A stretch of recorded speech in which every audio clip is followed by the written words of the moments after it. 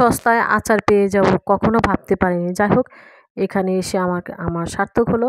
এত প্রকারের আচার আমি কখনো দেখিনি, এত সুন্দর সুন্দর আচার। যাই হোক, এখানে ছিল স্ট্রবেরি আচার, তারপরে ছিল জলপাইয়ের আচার, চালতার আচার, কাঁচামরিচের আচার, তেঁতুলের আচার, ছিল আমের আচার, রসুনের আচার, পেঁয়াজের আচার, আচারের সমারোহ। আচার এত এত আচার দেখে আমার তো খেতে মন চাইছিল, তাই এখান থেকে অল্প কিছু আচার নিয়ে খেয়ে নিলাম। বেশ মজা ছিল। যাই হোক, আচারগুলো দেখে আমার চোখ জুড়িয়ে গেছে, এত সুন্দর আচার, এত এত আচার। যাই হোক, এত আচার আমি কখনো কাছ থেকে দেখিনি।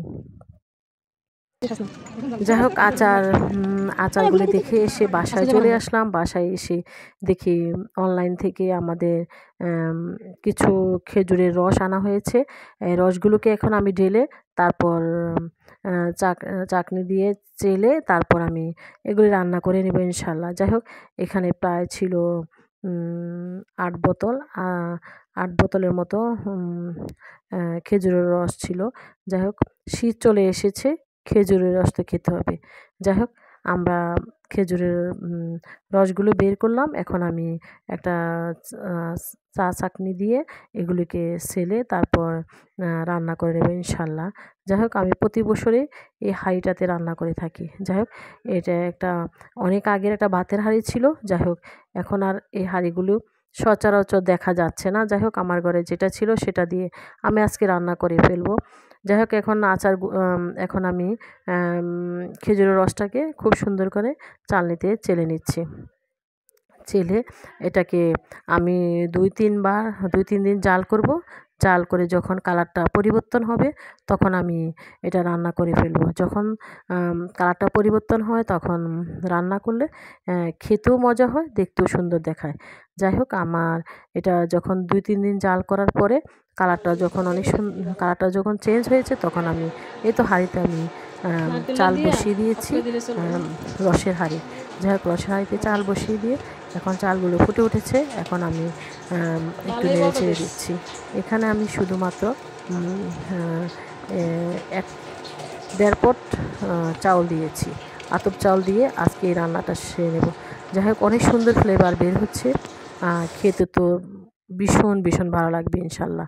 যাই হোক, আমি আবারও এটাকে ভালোভাবে নেড়ে চেড়ে দিচ্ছি।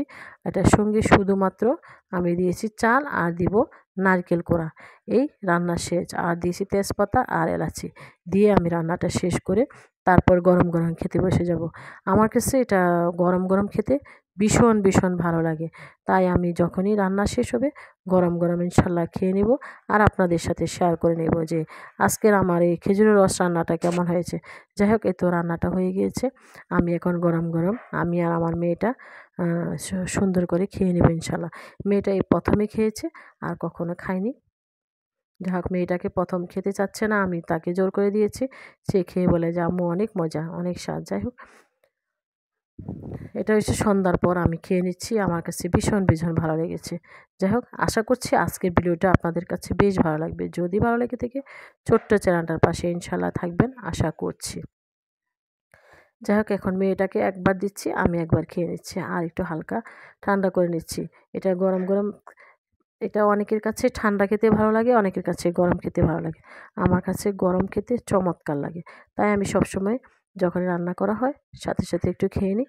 পরে পরে আর আমার কাছে একদম ভালো লাগে না। যাই হোক, আমার রান্নাটাও শেষ, খাওয়াটাও শেষ। সবাই ভালো থাকবেন, সুস্থ থাকবেন এই কামনা করে আজকে এখান থেকে বিদায় নিয়ে নিচ্ছি। সবাই ভালো থাকুন। আল্লাহ হাফেজ। আসসালামু আলাইকুম।